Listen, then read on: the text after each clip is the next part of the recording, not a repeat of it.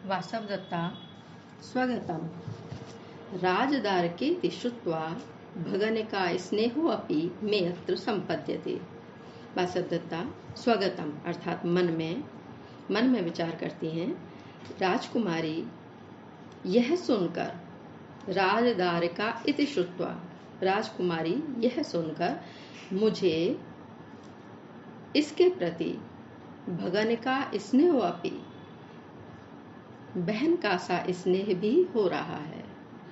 यह सुनकर कि ये राजदारिका हैं, ये सुनकर मेरा मन इसके प्रति बहन के से स्नेह वाला हो रहा है, क्योंकि वासवदत्ता भी एक राजकुमारी थी और पद्मावती भी राजकुमारी है। इसलिए जब वासवदत्ता ने यह सुना कि राजकुमारी है तो उसके प्रति बहन का सा स्नेह हो रहा है। ततः प्रविशति पद्मावती सपरिवारा चेटी च। इसके पश्चात सपरिवार अर्थात परिवार के सहित, अपने सेवकों दासियों सहित पद्मावती और चेटी प्रवेश करती है। चेटी एतु एतु भर्तृदारिका इदम आश्रम पदम प्रविशतु। आइए राजकुमारी आइए, एतु एतु आइए आइए, भर्तृदारिकाम इदम आश्रम पदम प्रविशतु। हे राजकुमारी जी आइए आइए, इस आश्रम में प्रवेश कीजिए। ततः प्रविशति उपविष्टा तापसी। इसके पश्चात बैठी हुई तपस्विनी प्रवेश करती है। रंगमंच पर तपस्विनी का प्रवेश होता है। तापसी स्वागतम राजदारिकायाः। राजकुमारी का स्वागत है। स्वगतम इयं सा राजदारिका, यह वही राजकुमारी है। अभिजनानुरूपम खलु अस्याः रूपम, इसका रूप भी कुल के अनुरूप है, अर्थात इसका रूप भी जैसा इसका कुल रमणीक है वैसा ही इसका रूप भी कमनीय है, सुंदर है। पद्मावती आर्य वंदे। पद्मावती आर्य मैं प्रणाम करती हूँ। तापसी चिरंजीव चिरजीवी हो। प्रवेश जाते, प्रवेश कीजिए पुत्री, प्रवेश कीजिए। तपोवनानि नाम अतिथि जनस्य स्वगेहम। तपोवन तो अतिथि जनों के लिए अपने घर के समान ही हुआ करते हैं,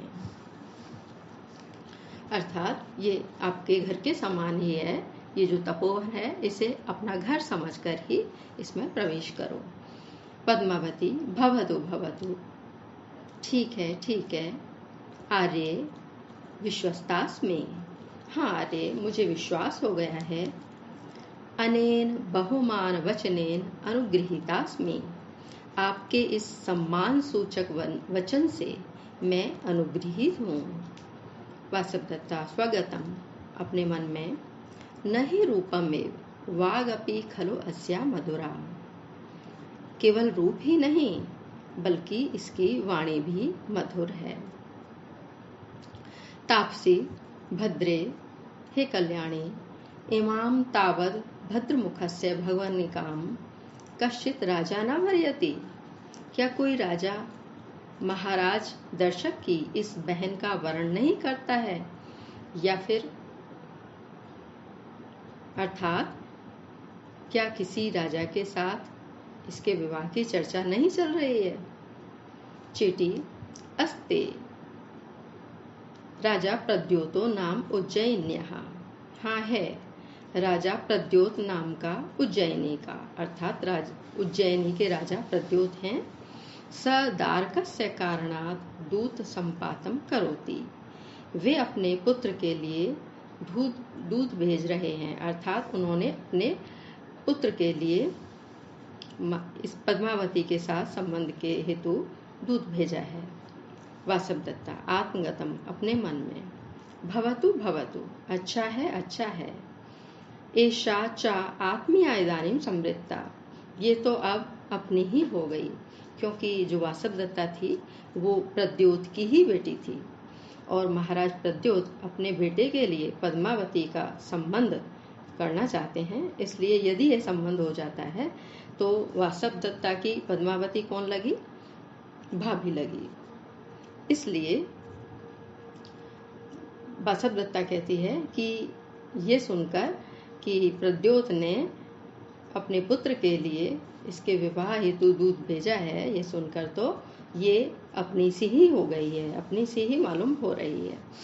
तापसी अर्हा खलु इयम आकृति अस्य बहुमानस्य उभे राजकुले महत्तरेति श्रूयते। तापसी कहती है, निसंदेह पद्मावती का यह रूप लावण्य इस सम्मान के योग्य है।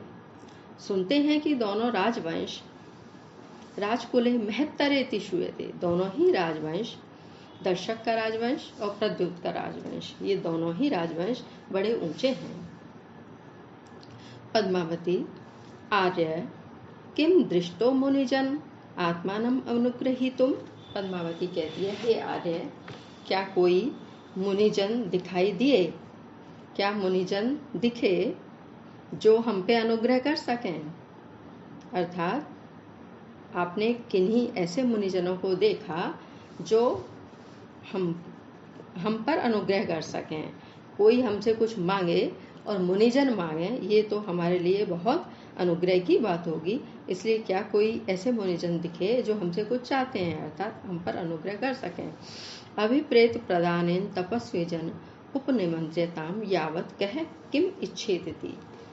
अभिप्रेत प्रदानेन, आप अभीष्ट वस्तु प्रदान करने की घोषणा करते हुए, अभिप्रेत प्रदानेन तपस्वी जन उपनिमंत्र्यताम, अभीष्ट वस्तु प्रदान करने की घोषणा करते हुए तपस्वी जनों से, तपस्वियों से प्रार्थना पूर्वक पूछें कि यहाँ कौन क्या चाहता है। यावत कहा किम इच्छेति, कि कौन क्या चाह रहा है, कौन क्या चाहता है, उसके आवश्यकता की वस्तु जो हो वो हम उसे दे सकते हैं।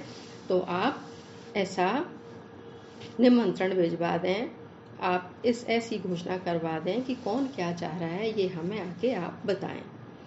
कांचुकी यद अभिप्रेतम भवत्या, जैसी आपकी इच्छा।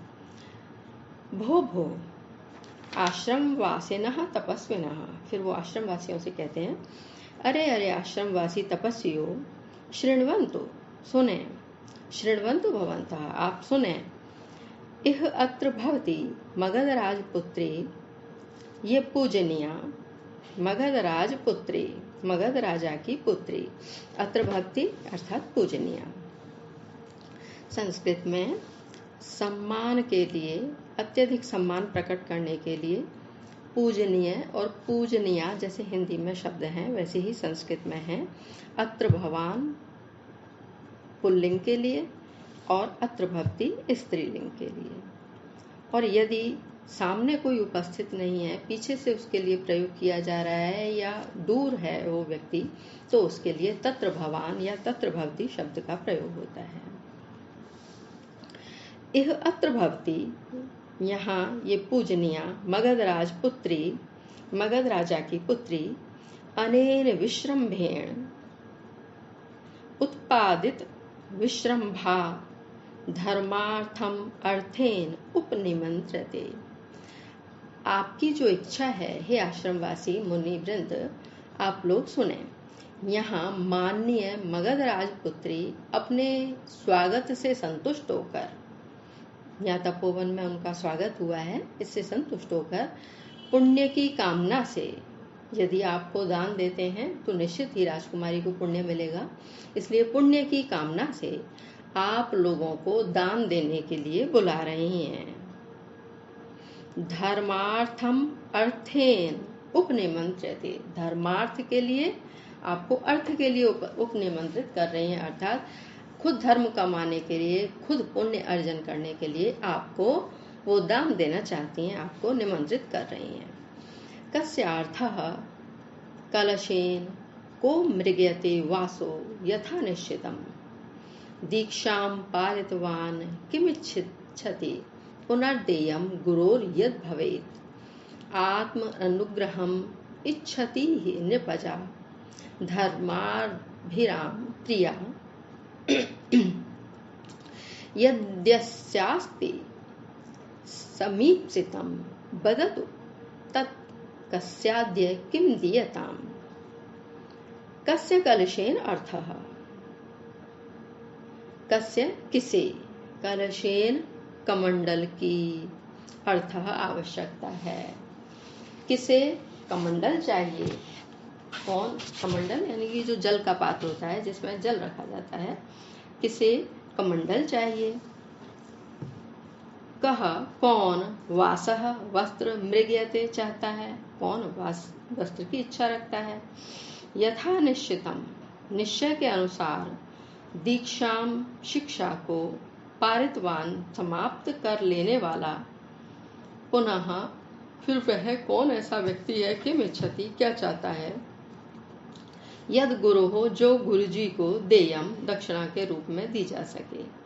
गुरुजी से दक्षिणा विद्या प्राप्त करने के पश्चात कुछ शिष्य ऐसे होते हैं जो दक्षिणा देना चाहते हैं लेकिन उनके पास दक्षिणा होती नहीं है, तो ये अवसर है, यदि आप दक्षिणा स्वरूप अपने गुरुजी को कुछ देना चाहते हैं तो उस दक्षिणा को भी महारानी से, राजकुमारी जी से मांग सकते हैं। धर्म अविराम प्रिया, धर्म में अभिरुचि रखने वाले, लोगों से प्रेम करने वाली नृपजा राजकुमारी पद्मावती इस तपोवन में आत्म अनुग्रहम, अपने ऊपर आपकी कृपा इच्छति चाहती है।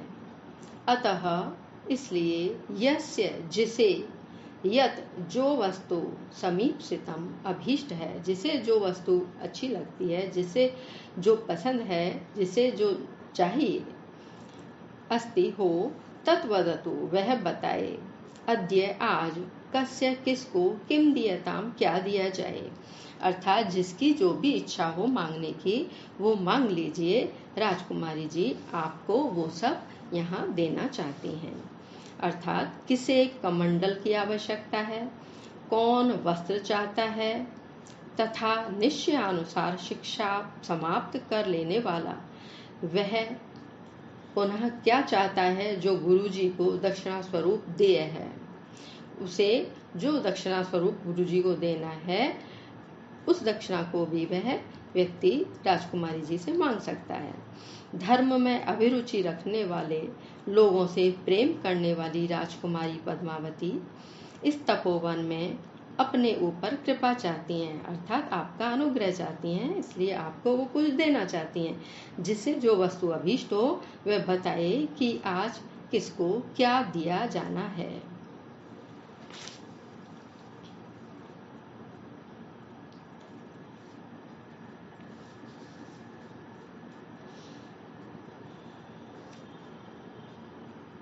यहाँ इस श्लोक में वर्ण साम्य होने से अनुप्रास अलंकार है तथा आश्रम का स्वाभाविक वर्णन होने के कारण स्वभावोक्ति अलंकार भी है, जिसका लक्षण है स्वभावोक्ति रसोचारो यथावत वस्तु वर्णन। जब स्वाभाविक वस्तु का यथावत, जैसी वस्तु है वैसा ही स्वाभाविक वर्णन, सुंदर वर्णन किया जाता है, वो स्वभावोक्ति अलंकार होता है। और इसमें शार्दुल विक्रीड छंद है जिसमें प्रत्येक चरण में 19 वर्ण होते हैं। सूर्याश्वर्यदि मह सजौ सततगाह शार्दुल विक्रीडितम छंद का लक्षण है। रस शांत है, प्रसाद गुण है, क्योंकि बहुत ही सरल, सहज, स्वाभाविक सरल भाषा है। वैदर्भी रीति का इसमें प्रयोग किया गया है। योगंद्रायण हंत आहा दृष्टोपायः, उपाय मिल गया। प्रकट प्रकाशम, प्रकट में कहता है हो, अरे अहम अर्थी, मैं प्रार्थी हूँ, पद्मावती दिष्ट्या सफलम में तपोवनम अभिगमनम, सौभाग्य से मेरा तपोवन में आना सफल हो गया, कोई तो मिला जो कुछ चाहता है। तापसी संतुष्ट तपस्वी जनम इदम आश्रम पदम आगंतुकेन अनेन भवितव्यम।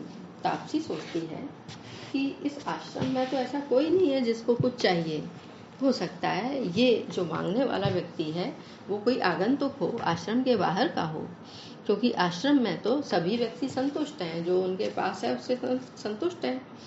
तो ये कौन ऐसा व्यक्ति है जो जिसको कुछ चाहिए, अर्थात निश्चित रूप से इसको बाहर का होना चाहिए। इस आश्रम में सभी तपस्वी संतुष्ट हैं, यह कोई आगंतुक ही होना चाहिए। कांचुकीयः भो अरे किम क्रियताम, हे भगवान बताइए क्या किया जाए। योगेंद्रायणः इयं मे स्वसा, ये मेरी बहन है।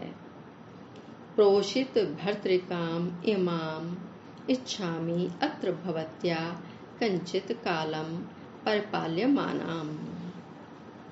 इयम में स्वसा, ये मेरी बहन है। स्वसा माने बहन, ये मेरी बहन है। प्रोषित भर्तृकाम, इसका पति विदेश गया हुआ है। प्रोषित भर्तृका उसे कहते हैं, उस स्त्री को कहते हैं जिसका पति किसी भी कार्य से, व्यापार इत्यादि के लिए किसी भी काम से विदेश चला गया हो, उसको प्रोषित भर्तृका कहा जाता है। तो प्रोषित भर्तृकाम इमाम, इसके पति परदेश गए हुए हैं, इसलिए मैं चाहता हूँ, इच्छामि चाहता हूँ कि अत्र भवत्या कंचित कालम परिपाल्यमानाम, कि कुछ समय तक आदरणीय राजकुमारी जी इसको अपनी देखरेख में रखें, इसका पालन करें, इसको अपनी देखरेख में रखें, अपने समीपता में रखें, अपने सानिध्य में रखें।